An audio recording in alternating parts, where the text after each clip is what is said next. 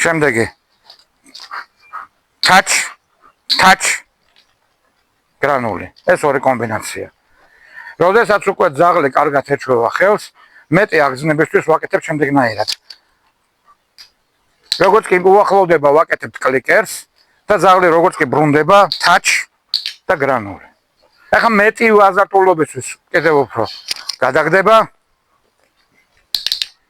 მამბა.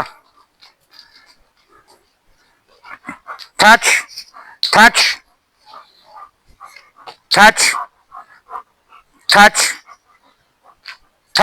ხუთი კომბინაცია. კიდევ ცოტა უფრო მეტი გართულება მოსდევს უკვე ამ სავარჯიშოს. მნიშვნელოვანი რა არის, რომ გამოუცდელი ძაღლის შემთხვევაში ეს ყველაფერი უნდა გაკეთებოდეს დაბლედან. ანუ ძაღლი სიმეტრიულად უნდა იყოს. აი, touch საწყისი ეტაპი. touch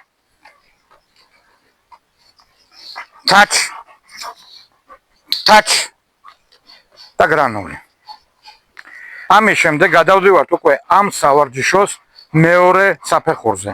რა არის მეორე საფეხური ამ სავარჯიშოს?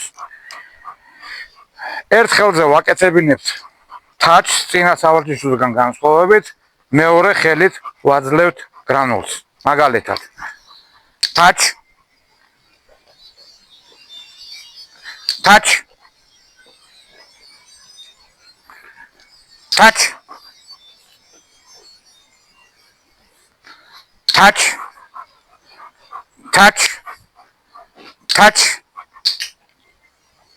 ყოველ touch-ს უკლიკავ და ასევე გრანულის მიცემის წინაც ვაკეთებ კლიკს.